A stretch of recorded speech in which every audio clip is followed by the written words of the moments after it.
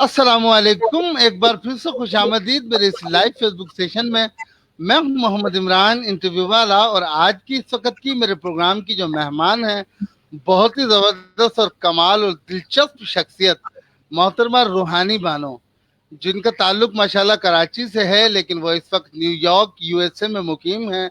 और सबसे बढ़कर ये कि एक ब्रीथिंग स्पेशलिस्ट हैं, किसी ज़माने में सिंगर भी रह चुकी हैं, स्टेट आर्टिस्ट रह चुकी हैं। तो आज हमने अपने प्रोग्राम में इनको मदऊ किया, स्पेशली इनके हवाले से बहुत कुछ जानने के लिए और इनसे बहुत कुछ सीखने के लिए। तो बिला ताखिर मैं अपने प्रोग्राम का आगाज करूंगा। अस्सलाम वालेकुम बानो जी। वालेकुम अस्सलाम, कैसे हैं आप? खैरियत से हैं? अल्हम्दुलिल्लाह, बिल्कुल ठीक ठाक खैरियत। आप बताइएगा कैसे मिजाज हैं आपके, खैरियत से हैं आप?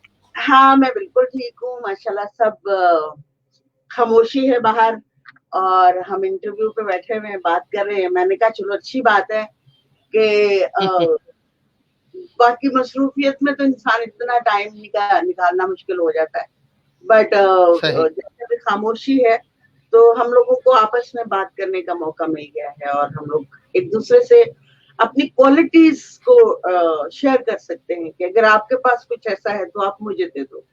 और जैसे वो पुराने सही। जमाने में था, जब आपके पास आटा है और मेरे पास चावल, तो हम लोग एक दूसरे को आटा चावल डिस्ट्रीब्यूट करेंगे।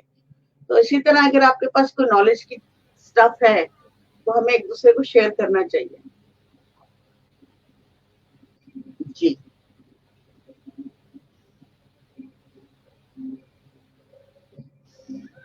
आपको मेरी आवाज देर देर से आ रही है?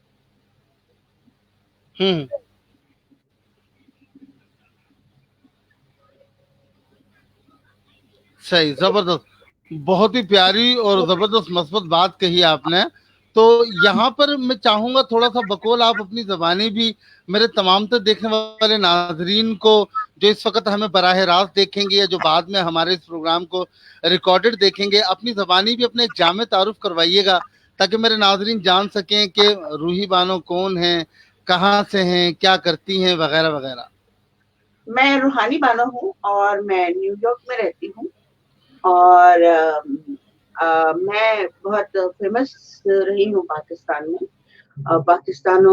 पाकिस्तान वालों की हार्ट बीटिंग रही हूँ एज ए सिंगर, और मेरे बगैर कोई शो नहीं होता था।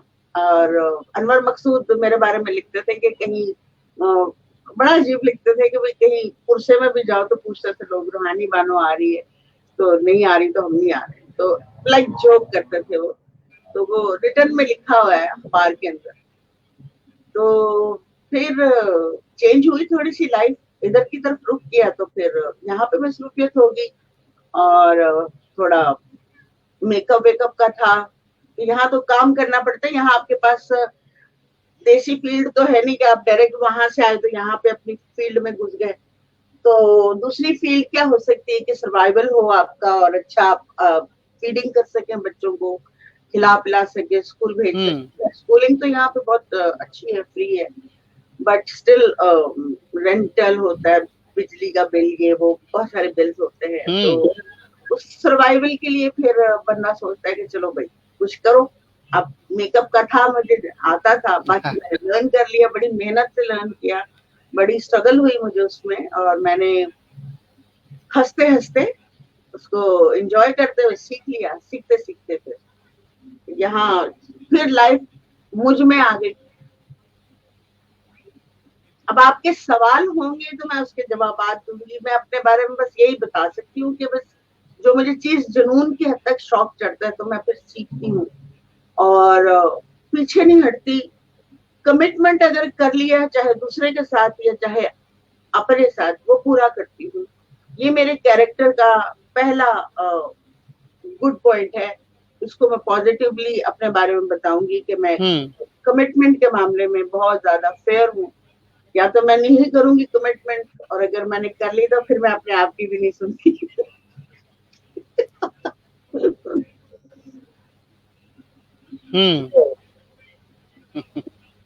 सही, माशाल्लाह। अच्छा, तो थोड़ा सा ये भी बताइएगा, जैसे कि आपने बताया कि किसी ज़माने में पाकिस्तान में बड़ी मशहूर व मारूफ रही आप, स्टेज के हवाले से, सिंगिंग के हवाले से। जी, आपको आवाज आ रही है मेरी? बिल्कुल आ रही है। सही।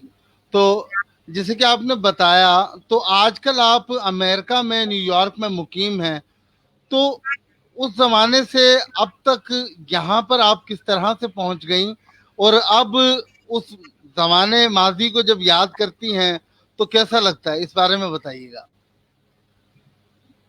पहली चीज ये है कि मेरा कोई माजी है ही नहीं है। मैं कोई मर के थोड़ी ना दोबारा पैदा हुई और मेरा माजी निकल गया। मैं बस रूटीन में वहां से निकल के इस जगह पे आ गई हूँ। और आपकी किस्मत में लिखा होता है, ट्रैवलिंग लिखी हुई है, तो अगर है तो फिर आप कहीं कहीं जाते रहेंगे। और मेरे फादर यहाँ पे हमेशा से थे न्यूयॉर्क में, तो बस इस वजह से आना जाना रहा। फिर शोज भी होते थे, बहुत सारे प्रोग्राम्स होते थे, और जिसकी बेस पे मतलब हम लोग आना जाना रहता था। तो फिर शोज भी थे, फादर भी थे, तो कुल मिला के ये सिलसिला चला। सही, माशाल्लाह।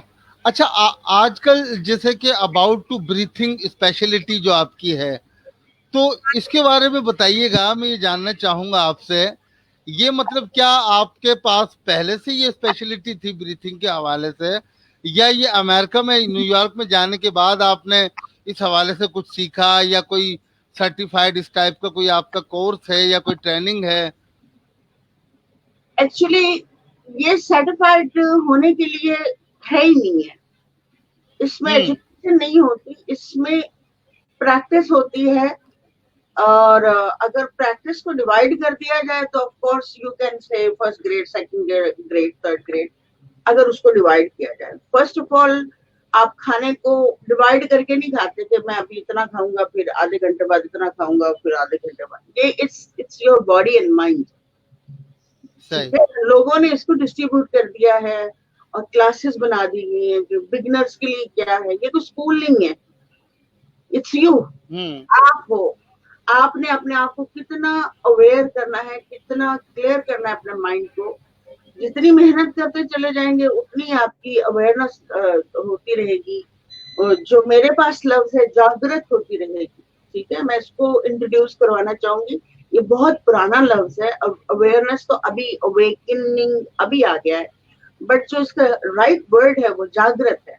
आपका माइंड की जागृत, आपकी बॉडी की जागृत, आपकी पूरी सेंसेस ओपन हो जाए और आप खुद को समझने लग जाए। जब आप खुद को समझने लगेंगे तो फिर आप दूसरों को भी समझने लगेंगे। मेडिटेशन से ये होता है। और इसमें जहां तक मैंने फील किया है, there is no class, there is only मेहनत। करते जाइए, मेहनत करते जाइए, रुकिए मत। रुकना नहीं, ठहरना नहीं है। बहुत सारे जाल आपकी लाइफ में आ जाते हैं। लाइफ के पैसे खत्म हो गए, घर में झगड़ा हो गया, रिश्तों में दरारें पड़ रही हैं। अगर ये चीजें आपके माइंड के ऊपर हावी हो गई तो आप उसी माया में घुले रहोगे। ठीक है, और अगर आपने काबू पा लिया, अपने ब्रेन के थ्रू सारी चीजें दूर से देखी, जैसे को पराया इंसान देखता है, तो फिर आप उसको कंट्रोल कर सकते हो।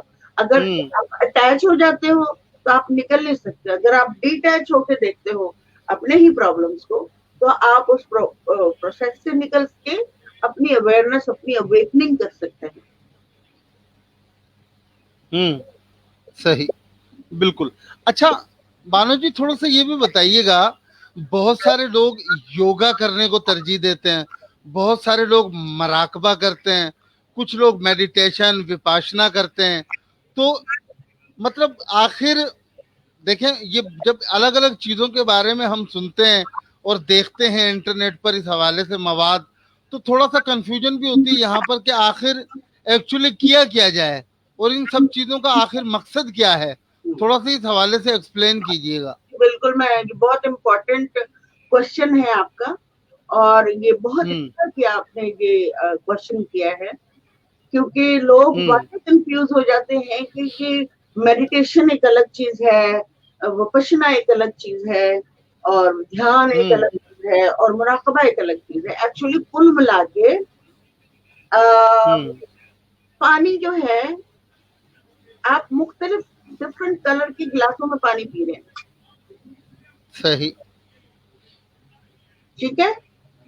एक पानी बिल्कुल, को डिफरेंट कलर्स में के ग्लासेस में पानी पी रहे हैं, तो इसका मतलब ये है कि गिलास का कलर वो है, पानी की जो वर्किंग है वो डिफरेंट नहीं है। तो कुल मिला के अच्छा, सही, पानी जो आपके बॉडी के साथ करेगा, वो हाँ, उसमें नीले रंग के गिलास में भी करना है, पीले रंग के गिलास में भी करना। पीले रंग के गिलास में थोड़ी गड़बड़ हो जाएगी। नीले रंग के गिलास, व्हाइट कलर का गिलास, कोई भी गिलास आप पानी पी रहे हो उसमें, तो पानी की जो सर्विसेज, जो जॉब है उसकी, वो एक ही काम करेगा। तो ध्यान, मेडिटेशन, विपश्यना, और क्या कहा था, मुराकबा, एक पानी की जी, शक्ल। योगा, योगा एक, योग एंड योगा दो मुख्तलिफ चीजें हैं, जिसको मैं एक्सप्लेन करूंगी बाद। सही, बट जो मुराकबा, मेडिटेशन और विपश्यना और विपाशना, विपश्यना, जी, विपश्यना, तो ये एक ही है। अच्छा, इसको आप पानी की तरह समझे कि आपके बॉडी के अंदर जब भी जाएगा, आपको तरोताजा, सेहतमंद, ग्लोरी, ब्यूटीफुल कर देगा। ये है। बाकी रहा योगा सही, एंड योग, ये दो मुख्तलिफ हैं कैटेगरीज। योगा वो फिजिकल होता है, जिसका माइंड से कोई गेम नहीं होता, फिजिकल से होता है। सही, वो आपको फिजिकली ब्यूटीफुल करता है, फिजिकली हेल्थी करता है। और जो योग होता है वो एक्चुअली मेडिटेशन होता है। उसमें आपको कनेक्शन करना होता है, आपको थर्ड आई चक्रा खोलना होता है, आपको सारे चक्रों को पहले क्लियर करना होता है, और फिर आप आगे बढ़ते हैं। जबरदस्त।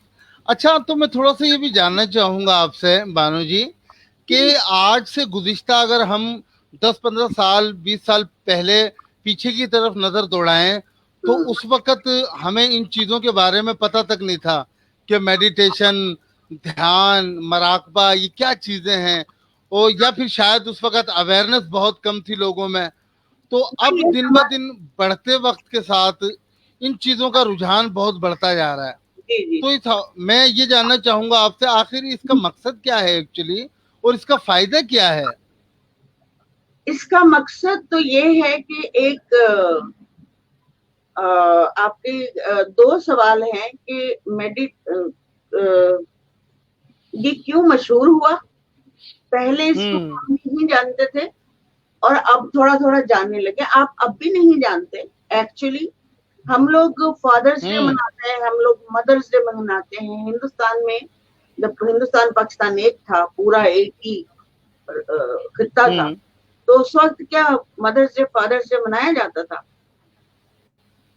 बिल्कुल बिल्कुल, नहीं मनाते थे। तो हम लोग इंस्पायर हैं, बिल्कुल, हम लोग इंस्पायर हैं यहूदियों से बहुत ज्यादा। जब वो कोई चीज, अपनी चीज को सेल करना होता है, तो वो नई चीज निकाल देते हैं कि हम फादर्स डे मनाते हैं तो हमारा सामान इतना बिक जाएगा। It's a business. Mother's Day मनाएंगे तो हमारे फ्लावर्स, उसके साथ कुछ गिफ्ट बिक जाएंगे। फिर वैलेंटाइंस डे आ गया कि लव बर्ड जो है वो एक दूसरे को गिफ्ट करेंगे। तो ये बिजनेस का सारा सिलसिला है, ठीक है। अब हमारे यहाँ क्या होता है, उस वक्त हमारे जो देसी बेचारे मासूम लोग जो होते हैं, वो कहते हैं ये तो हमसे मिस हो गया, ये क्या हो गया, ये तो हमें पता नहीं था, ये तो बड़ी अच्छी बात है मदर्स डे। यानी मदर जो आपको पूरा साल 24/7 आपके साथ सर्विसेज कर रही है, आप साल में एक दिन मनाते हैं उसका। You have to stay every day, bless her every day. दुआ करो अपनी माँ के लिए एवरी डे, आप अपने फादर के लिए एवरी डे दुआ करो। जब आपके पास पैसे हो, जब आपके पास कुछ भी हो, आप उनको लाके दो। आप साल में एक दफा क्यों करोगे? आप दिन में 10 दफा कर सकते हो अगर आप कर सकते हो। अदरवाइज आप अपने पेरेंट्स के लिए दुआ करो। हम इंस्पायर हो जाते हैं, वैलेंटाइन डे, फलाना डे, ये डे, वो अगले बिजनेस कर रहे हैं, पैसे कमा रहे हैं। हम लोग पागल हो रहे हैं, वो हमसे तो कुछ मिस हो गया, अरे हम पीछे रहे, हम क्यों नहीं कर रहे, चलो जी पीछे लग गए। और आपके दिमाग के साथ आपको हिप्नोटाइज किया जाता है अपना बिजनेस चलाने के लिए, आप हिप्नोटाइज हो रहे हो, simple is that. Yoga yoga जो है, अगर आप इसके लिए हिप्नोटाइज हो गए तो मैं चाहूंगी कि हो जाओ। क्यों? क्योंकि जब योगा के कुछ आसन, आसन मीन्स पोस्चर्स, कुछ वेरी इंपॉर्टेंट होते हैं आपकी मेडिटेशन की तरह, वो करें। 4-5 होते हैं वो इम्पोर्टेंट, जो कि मैं किसी वक्त आप लोगों के थ्रू ही मैं सिखाऊंगी लोगों को कि आप ये सिंपल से फॉर्मूले इस्तेमाल करें और खुद को, सबसे पहले खुद को पहचानिए कि आप कौन हैं और आपका पर्पस क्या है जमीन पे आने के लिए। किताबें आपके लिए ढेर सारी उतरी हैं, मगर उसका यूटिलाइज नहीं, आपकी कैरेक्टर पे जा ही नहीं रही, आप उसको यूटिलाइज नहीं कर रहे हो अपनी बॉडी पे, अपने माइंड पे, वो चल नहीं रहा। आप माँ बाप के कहने पे 5 नमाजें पढ़ लेंगे, मंदिर में जाके घंटा बजा देंगे, मज़ारों पे जाके चादर चढ़ा देंगे, भीख मांगने शुरू हो जाएंगे कि आप कुछ दे दो, जबकि कुदरत ने आपको फुल ब्रेन के साथ नीचे भेजा है उसका यूटिलाइज करने के लिए। बस मैं यही दिखाना चाहती हूँ कि आप जो खुदा के बाद आपके पास वो चीज है जो खुदा ने आपको स्पेशल दी है, उसका यूटिलाइज करें, अपने किरदार के ऊपर नजर डालें, अपने आप को बेस्ट ना समझते हुए आप दिल अपना मंथन करें। मंथन क्या होता है? मंथन होता है अपने अंदर झांकना, यानी ऐसे जो जब आप लस्सी बनाने लगते हैं तो रड़कते हैं ना, मथना होता है, बिल्कुल। तो इसी तरह मंथन इसी को कहते हैं, पुराना लफ्ज है ये संस्कृत का। तो मन को थनना और खोया बाहर निकालना, सही, ब्रेन का खोया बाहर निकलेगा, मक्खन की तरह आप जब हो जाएंगे और आपको क्लियर वर्ल्ड नजर आएगी, क्लियरली सब कुछ दिखाई देगा। अभी तो माया फंसी हुई है, गाड़ी चाहिए यार, उसके पास तो ये गाड़ी आ गई, अच्छा इसने मुझसे भी ज्यादा तरक्की कर ली यार, इसको कैसे। अब ये कोशिश नहीं करेंगे कि उसने जो गाड़ी खरीदी उसने क्या मेहनत की, कैसे की, उसकी गाड़ी को तोड़ दो, फोड़ दो, बर्बाद कर दो, कैसे किया उसने, कैसे गाड़ी हासिल की, उसके ऊपर काम नहीं करना कि मैं अगर इतनी मेहनत करूंगा तो मैं भी ले लूंगा। ये पॉजिटिव एटीट्यूड नहीं है, ये नेचर नहीं है, ये एक्चुअली नेगेटिव। आप नेगेटिविटी को, हमारे बॉडी में पॉजिटिव नेगेटिव होता है, और नेगेटिव जो है वो थोड़ा भारी होता है और फुल बॉडी पे होता है। जिस पर हमारी बॉडी खड़ी हुई है वो आग के ऊपर खड़ी हुई है, अगर आपकी बॉडी से आग निकाल दी जाए, हीट निकाल दी जाए, तो वी विल बी डेड। कहते ना हो ये तो ठंडा हो गया, क्या मतलब है इसका? ठंडा हो गया, मर गया, सही, राइट। तो वो जो हीट जो है आपकी, ये योग की लैंग्वेज में बता रही हूँ मैं आपको, हीट जो है आपकी, आप उसको कहाँ यूज करते हैं? अब इसी हीट को ईगो भी कहते हैं। अब आपको तो गुस्सा आ रहा है, चिढ़ आ रही है, दुख हो रहा है, तकलीफ हो रही है, दूसरों पे गुस्सा आ रहा है, दूसरों को आप गलत समझने शुरू हो जाते हैं, और इसमें बहुत सारी चीजें होती है कि क्यों समझता है इंसान, एनवायरनमेंट का होता है, ट्रेनिंग नहीं होती है, आप कितनी भी मजहबी किताबें पढ़ लें, हराम है जो आपके क्रॉस भी कर रहे, आपके कैरेक्टर में नहीं है, कैरेक्टर के ऊपर आपके ऊपर वारिद हो ही नहीं सकती। प्रैक्टिस में आप इबादत करते हो, प्रैक्टिस में आप इबादत करते हो, लेकिन इबादत को प्यार से नहीं करते। जिस वक्त एक नमाज, ओनली 1 नमाज अगर आप जहां से पढ़ रहे हो तो वो कबूल हो जाएगी, वो वर्क करनी शुरू कर देगी, अल्लाह का बटन ऑन हो जाएगा। जो हमने जो हमारे दिमागों में घुसा गया है कि there is Allah, there is a Bhagwan, there is a Ishwar, there is a Jehovah, there is a God, मतलब बहुत सारे नाम है ना, तो लेकिन उस तक पहुंचने का रास्ता नहीं बताया, और वो रास्ता थोड़ा सा मुश्किल है। अगर हम बचपन से बच्चों को ट्रेन कर देते हैं योग के लिए, योगा के लिए नहीं, योग के लिए, तो आप लिटरली आप एक ऐसी पर्सनैलिटी अपनी कंट्री में पाएंगे जो बेस्ट एंड बेहतरीन होगी। मुझे वो लड़का बहुत पसंद है, क्या नाम है उसका, क्या बड़ा मशहूर लड़का है, इसरारुल हक, क्या नाम, नहीं, Ikrarul Hasan, Ikrarul Hasan, very beautiful, very beautiful energy. ऐसे लोग कभी पैदा होते हैं, इनके पीछे ट्रेनिंग भी होती है। हर इंसान इकरारुल हसन की तरह ही पैदा होता है, बट ट्रेनिंग जब आपके पेरेंट्स कर रहे होते हैं तो घर में कितना सच झूठ बोला जाता है, उसके हिसाब से बच्चा बिल्ड होता है। फिर आप कितनी मजहबी किताबें पढ़ा लो, प्रैक्टिसें करा लो, किताबों को रीड करवा दो, कुछ करवा दो, अंदर क्लियर नहीं होता। क्लियर अगर कोई कर सकता है इस कायनात में, आपकी बॉडी को, माइंड को हायर लेवल पे ले जा सकता है, सच्चा और पक्का इंसान बन सकता है, तो वो है मेडिटेशन, मुराकबा और ध्यान, ऑन वन वे। सही, जबरदस्त, माशाल्लाह। तो अच्छा, मैं थोड़ा सा ये जानना चाहूंगा भानु जी आपसे, मैंने अक्सर और बेशतर ध्यान के बारे में, मेडिटेशन के बारे में बहुत सुना।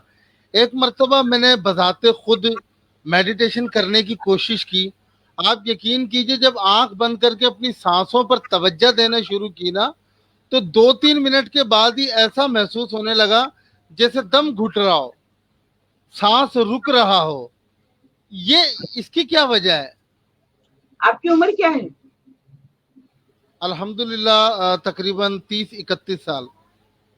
ठीक है, तो ये कब हुआ आपको ऐसा दम घुटने शुरू हो गया? ये तकरीबन कोई मैं समझता हूँ कोई 25-30 दिन पहले, 1 माह पहले मैंने ऐसा करने की कोशिश की थी, मेडिटेशन बजाते खुद ऐसे एक मर्तबा। तो क्या सांसों पे ध्यान दे रहे थे आप, क्या कर रहे थे? जी बिल्कुल, क्योंकि मैंने ऐसा ही सुना है कि आंख बंद करके बिल्कुल खामोशी से अपनी हर आने जाने वाली सांस पर तवज्जो देनी है। ऐसे ही करते हैं ना मेडिटेशन। मैं उन सांसों पर तवज्जो देने लगा, अपने जहन से वो तमाम तर चीजें समझो कि भुला दिया मैंने, जो भी मसरूफियात थी, जो काम काज थे, जो दुनियादारी थी, बस सिर्फ अपनी सांसों के, हाँ, ब्लैंक हो गया, अपनी सांसों के आने जाने पर तवज्जो देना शुरू की। तो मुझे तो बड़ा अजीब सा लगा एकदम। तो 2-3 मिनट के अंदर अंदर जब ये अजीब सी कैफियत हुई तो मैं तो घबरा गया, मैंने छोड़ दिया, फिर दोबारा मुझ में करने की हिम्मत नहीं हुई। तो इसकी क्या वजह है? इसका मतलब ये है कि जब लोगों को इतनी जल्दी रिएक्शन होता है, दैट मीन्स उनकी स्पिरिट क्लियर है, वो बिल्कुल नजदीक है, अपनी रूह के नजदीक है, जब उनको ऐसा महसूस हो। और जिन लोगों को देर लगती है तो उनकी बॉडी माइंड थोड़ा गंदा तो नहीं मैं कहूंगी, लेकिन डिस्टर्ब जरूर कहूंगी। जिनको देर लगती है, गंदा नहीं कहूंगी, अच्छा, डिस्टर्ब जरूर कहूंगी। चक्र डिस्टर्ब होते हैं ना जिनकी। और अगर आपको 3-4 मिनट में ऐसा हो गया है तो मुझे लगता है कि आपको फिर करना चाहिए, और आप बिल्कुल डरे नहीं। अगर आपको मेरी थोड़ी हेल्प चाहिए होगी मेडिटेशन के लिए, सांसों पे, मैंने तो वो उनको बताया था कि एस्ट्रल ट्रैवल होती है, और अगर आपकी कॉन्शियसनेस क्लियर है, आप सॉफ्ट हार्टेड हो, आप लविंग हो, तो आप बहुत फास्ट जाते हैं। आप दुनिया के पचड़ों में पड़ते, आप किसी को जज नहीं करते, किसी के लिए बुरा अच्छा नहीं कहते, ना सोचते हैं किसी ने बुरा कर दिया भाई यार कर, चल ठीक है ना, कोई बात नहीं, कर देते हैं। तो आप फास्टर जाते हैं, आपकी रूह जो है वो आपको तैयार, वो तो बैठी भी आराम से, चल भाई, रूह आपकी बॉडी के अंदर रूह है ना, तो वो बिल्कुल ड्राइवर की तरह, ठीक है। अगर सही हमारी नेगेटिव एनर्जी जो है वो बड़ी हावी होती है पॉजिटिव एनर्जी पे, कि वो रूह आपको कहती है, आपको कई दफा ऐसा लगता है ना, आपका दिल कहता है नहीं यार ये नहीं करना चाहिए, नहीं करना चाहिए, लेकिन फिर भी आप कर देते हैं, ऐसा होता है। सही फिर बाद में बिल्कुल यार मेरा दिल में कितनी दफा ये बात आई, मुझे नहीं करना था, मुझे नहीं, वो नहीं करना जो करवाती है वो आपकी स्पिरिट होती है, वो आपको कंट्रोल है, वो आपको बताती है उस टाइम कि नहीं करो, उसके पास सही फैसला अच्छा है। इसलिए कहते हैं कि दिल की बात जरूर सुनो, लेकिन दिल की कुछ ऐसी भी बातें लोग गलत भी ले लेते हैं कि दिल की बात सुनो, ये लड़की अच्छी लग रही है जाके कब्जा कर दो, दिल की बात सुनो, गाड़ी अच्छी लग रही है छीन लो, ये लालच है, ये हिर्स है, ये हवस है। तो लेकिन जब आप रुकते हैं, इन चीजों से रुकते हैं, तो वो आपके दिल का फैसला होता है, सही तरह से गाइडेंस होती है आपको, वो दिल की बात होती है। कहीं जो लोग इस वक्त सुन रहे होंगे या बाद में भी सुनेंगे, वो ये ना समझ लें कि दिल की बात बहुत सारी सुनाई देती है, तो चलो ये उठा लो, वो उठा लो, चोरी कर लो, झूठ बोल दो, यार दिल कर रहा था, वो दिल नहीं, वो आपकी अंदर आपकी आदत है। दिल आपको हमेशा सब्र करना सिखाएगा, कहेगा कि गलत नहीं करो। तो दूसरे लफ्ज में कहते हैं अंतरात्मा, आपकी स्पिरिट, अंतरात्मा अंतरात्मा। सही।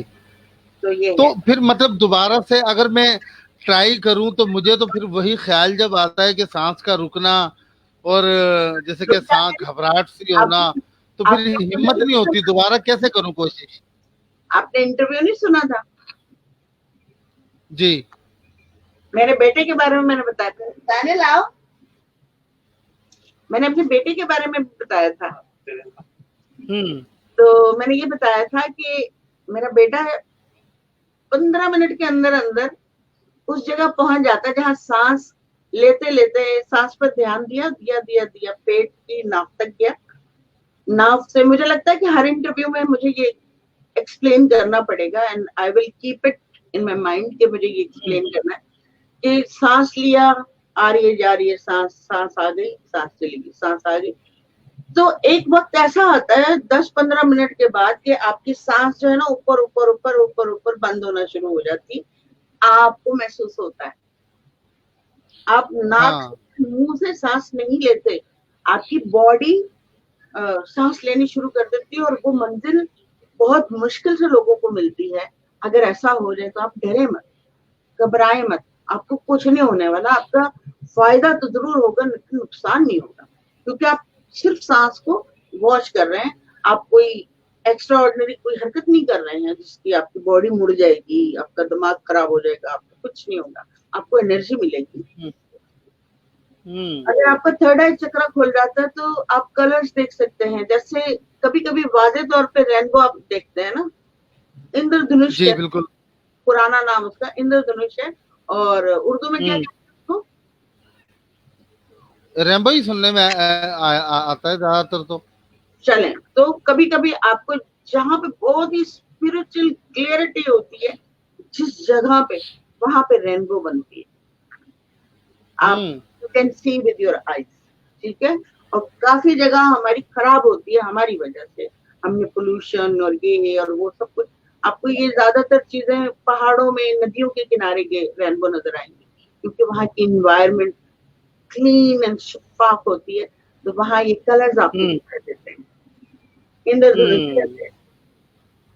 तो लेकिन जब आपका थर्ड आई चक्र ओपन होता है तो आप बहुत सारी एनर्जीज को खुद देख सकते हैं अपनी आंखों। आप डरे मत, घबराए मत, कुछ नहीं होगा आपको। हमारे यहाँ हमारे साथ जो मेंटल गेम खेली गई है और हमें उस एहसास से दूर रखा गया है, इसकी बहुत बड़ी वजह है कि अगर किसी ने योग सीख लिया, मेडिटेशन या मुराकबा कर लिया, तो ये तो sorry to say that language, साला मुझसे बड़ा आदमी बन जाएगा। अच्छा जी तो मेडिटेशन को ब्लॉक करो। सही। ब्लॉक हुआ क्योंकि जिस वक्त मेडिटेशन आपने कर लिया तो आपको कोई टच भी नहीं कर सकता। आपकी मैंने अपनी एनर्जीज इतनी बढ़ गई थी कि मैं जिस किसी चीज को हाथ लगाने जाती थी, चीज हाथ की तरफ खींचने शुरू हो जाती। अच्छा जी, इतनी बढ़ गई। जबरदस्त। तो फिर मैंने क्या किया कि लोग परेशान ना हो, मैं गाड़ी को खोल नहीं सकती थी, इतनी जोर धमाकेदार मुझे करंट लगता। तो मैंने अपनी एनर्जी को हाफ एनर्जी को मतलब थोड़ी सी मैंने अपने लिए रखी और बाकी की सारी जमीन के हवाले की इमानत के तौर पे कि जब मैं फुली अपने लिए कहीं जाऊंगी, मैंने एक जगह फिक्स की है, जब भी अगर इस लाइफ में मौका मिल गया तो मैं जरूर जाऊंगी और वहां पे अपनी उस एनर्जी को वापस निकालूंगी, लूंगी जमीन से जो मैंने उधार रखी हुई है। और मैंने जमीन से ये भी कहा है कि जब तक मैं यूज नहीं करती, एनर्जी कभी खत्म नहीं होती, जैसे हवा खत्म नहीं होती, एनर्जी भी नहीं खत्म होती। तो जब तक मैं यूज नहीं करती तो इसको आप यूज करो, फूल पौधों को करो, और जहाँ कहीं पानी नहीं आ रहा वहां पे पानी को खींच के लेके जाओ, और किसी को पानी नहीं मिल रहा तो वहां पे यूज कर लो। और फिर जब अच्छा। हाँ जी, आप ऐसा बिल्कुल कर सकते हैं। मेडिटेशन में जब आप चले जाते हैं तो आपको बहुत ही यूनिक और बहुत, मेरे साथ मैं जो कुछ भी बता रही हूँ वो सब अपने तजर्बे की बेस पर बता रही हूँ। तो किताबों में किसी ने, टीचर ने आकर मुझे बता दिया है कि क्लास 1, क्लास 2 और क्लास 3 के आप स्टूडेंट हैं तो आप यूं पढ़ के दें। पढ़ने से खाक भी नहीं आना, पढ़ने को तो आपके पास बहुत सारी मजहबी किताबें हैं, तो जो आपके कैरेक्टर में दिखाई ना दे जो किताब, तो इसका मतलब वो बेकार है। पढ़ तो ली, समझ भी आ गई, एंजॉय भी कर लिया, वाह क्या लिखा है भाई, जबरदस्त। लेकिन जब आप रियलाइज करना शुरू करेंगे तो वो डिफिकल्ट हो जाएगा, क्योंकि हमने अपनी बॉडी को आदत ही नहीं डाली सेक्रीफाइस करने की और कॉम्प्रोमाइज करने की। हाँ, बस छोड़ना है। मेरे कई लोग ऐसे, जब मैं करवाती हूँ ना एक्सरसाइज, भाग जाते हैं, हिम्मत नहीं पड़ती है, जानदार लोग भाग जाते हैं। फिर यार सांसें मैं करवाती हूँ वो तो दौड़ जाते हैं, और कईयों ने बहुत किए हैं। आप करें, मैं तब तक झूठी हूँ जब तक आप खुद इसको एक्सपीरियंस ना करें जो मैंने बोला। सही, क्या बात है, सही, जबरदस्त। लेकिन ये तो आपने मुझे सिर्फ एक किस्म का हिम्मत और हौसला दे दिया, लेकिन बहुत सारे लोग, जैसे कि मिसाल के तौर पे अब मुझे अगर ये प्रॉब्लम हुई है तो शायद किसी और को भी हुई होगी, तो बहुत सारे लोग तो इस हवाले से फिर घबरा जाते होंगे। वो समझते होंगे शायद ये कोई मेंटली तौर पर, कोई साइकोलॉजिकली कोई दिमाग पे असर हो रहा है शायद, जिसकी वजह से ये मामला पेश आ रहे हैं। ठीक है, मैं आपको बताती हूँ। विवेक आनंद का नाम सुना आपने? विवेकानंद? हाँ जी, विवेकानंद। वो इंडिया के विवेकानंद, उस वक्त हिंदुस्तान पाकिस्तान नहीं बना था, रियासतें थी, बादशाह टाइप लोग थे, राजा महाराजा टाइप लोग थे उस दौर में, जब सब सेपरेशन हो रहा था। तो वो इतना बड़ा आदमी था, उसने कहा कि ये हमें लूट के गए हैं, अब तुम इनके दिल लूट लो। तो उस राजा महाराजा ने उनका अरेंजमेंट किया और वो शिकागो आए बाय शिप, और ऑलमोस्ट पूरी लाइफ, जब थोड़ा सा अरसा फिर वो हिंदुस्तान वापस गए थे। यहाँ से अमेरिकन ने उनको जाने नहीं दिया, क्योंकि उनको समझ आ गई थी अमेरिकन जो गोरे और अमेरिकन और इस सफेद चमड़ी वाले लोग होते हैं, इनकी ईगो नहीं होती, ये हर चीज सुनना, समझना और समझ आ जाए तो करना चाहते हैं। ये लोग मजहब को लेके नहीं चलते, ये लोग जो वर्किंग करती है आपके माइंड और बॉडी पे उसको लेके चलते हैं, कि ठीक लग रहा होता है वो कर लेते हैं, इसलिए ये आगे पहुंच गए। सही।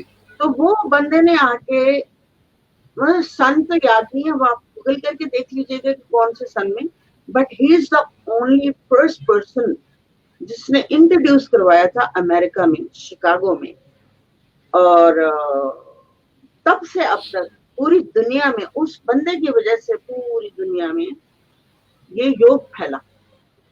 अब इनके दिमाग नहीं खराब हुए, अब ये कौन सी सीढ़ी पे बैठे हुए, क्यों है, किस लिए, इस चीज को नोट तो करना चाहिए ना।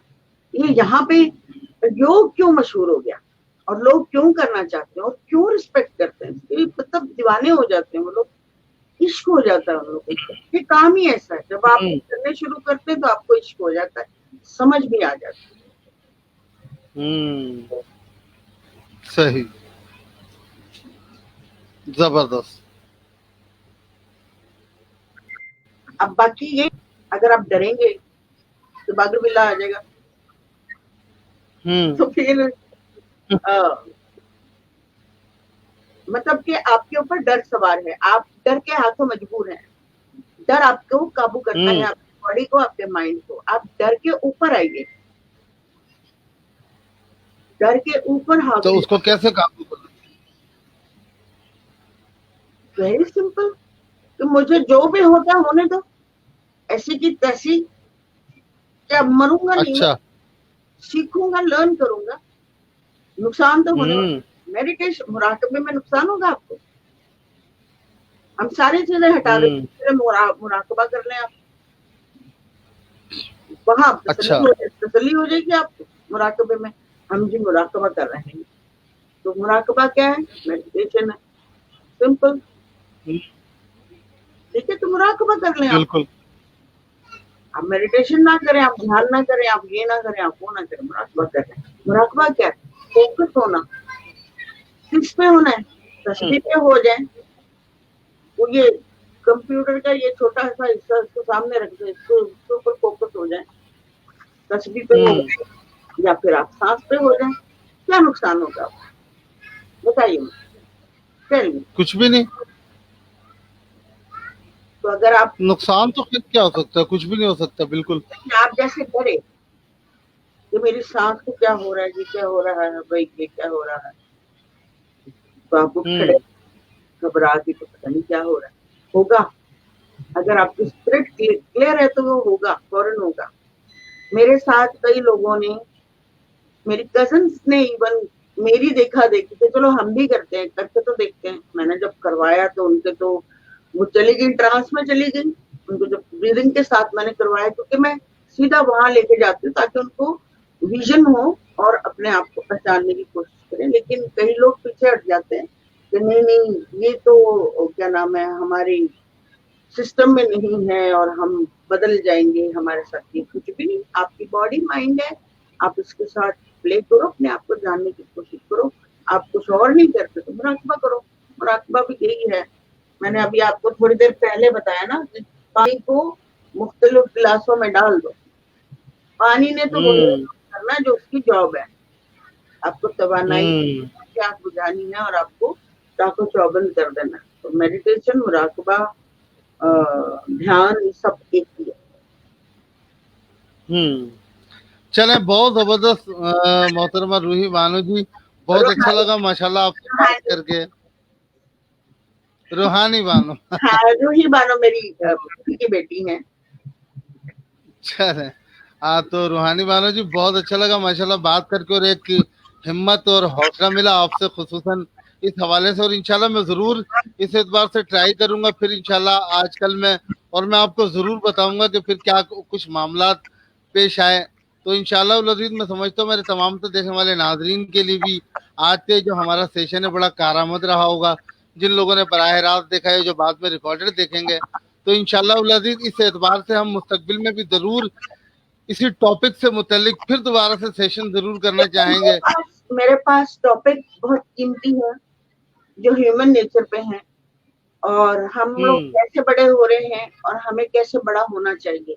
आप इसको लिख लीजिए, और अगर कोई और सुन रहा है, अगर आपके पास वक्त नहीं है तो कोई और अगर सुन रहा है तो इसको लिख ले और मुझसे इस मैटर पे बात करे कि हमें होना कैसे चाहिए, हमें अपनी दुख भरी जिंदगी से बाहर कैसे निकलना है। वो रास्ते हैं, और बहुत ऐसे रास्ते हैं कि जो समझ में आते हैं और बहुत सच्चे हैं, क्लियर हैं, और बड़ी आसानी हो जाएगी अगर अगर अगर इन सारे टॉपिक्स टॉपिक में दे दिया करूंगी, क्योंकि जितना मैंने नॉलेज हासिल किया वो सिर्फ इसलिए किया है, और या शायद मुझे मैं चूजन हूँ कि मैं एग्जैक्टली वो चीजें बताऊं कि लोगों को प्रॉब्लम से बाहर निकालूं, उनको एक्सप्लेन कर सकूं कि ये छोटी छोटी चीजें डेली बेसिस पे आपके साथ जो हो रहा है वो आप खुद ही कर रहे हो, आपके पहले स्टेप से होता है, और आप दूसरे को खटावार कहते हो। कोई आपको लूट के ले जाता है, फॉर एग्जाम्पल कोई दोस्त आपको लूट, आप चाहते हैं कि आपको लूट जाए, आप पहले खतावार हो, क्योंकि हम नहीं समझते कि हमने गलती की है, हमें दूसरे ने बेवकूफ बनाया। तो सबसे पहले आप अपने आप को ब्लेम करें। चले, बहुत शुक्रिया, थैंक यू सो मच, अपना बहुत सारा ख्याल रखिएगा मैम, बहुत अच्छा लगा माशाल्लाह। और यकीन कीजिए ये बातें आपकी सुन के ही मुझे थोड़ी बड़ी एक अजीब सी फीलिंग आ रही है, और बड़ा दिल से चाह रहा है कि वाकई इसको करना चाहिए, थोड़ा देखना चाहिए खुद के अंदर झांक कर भी आखिर मामला है क्या, अंदर चल क्या रहा है। Very important, it's very important. हमें सबसे पहले अपने ऊपर वर्क करना चाहिए, फिर हमें दूसरों से एक्सपेक्ट करना चाहिए। पहली बात कि नहीं करना चाहिए एक्सपेक्ट, लेकिन अगर फिर भी अगर हो रहा है तो पहले खुद के ऊपर काम करना चाहिए। मैं कौन हूँ, मैं क्यों हूँ, मेरा पर्पस क्या है, क्या मैं हांडिया रोटियों के लिए आया हूँ, सेक्स के लिए आया हूँ, बच्चे बनाने आया हूँ, खाने देने आया हूँ, या मेरा इसके अलावा भी कोई काम है।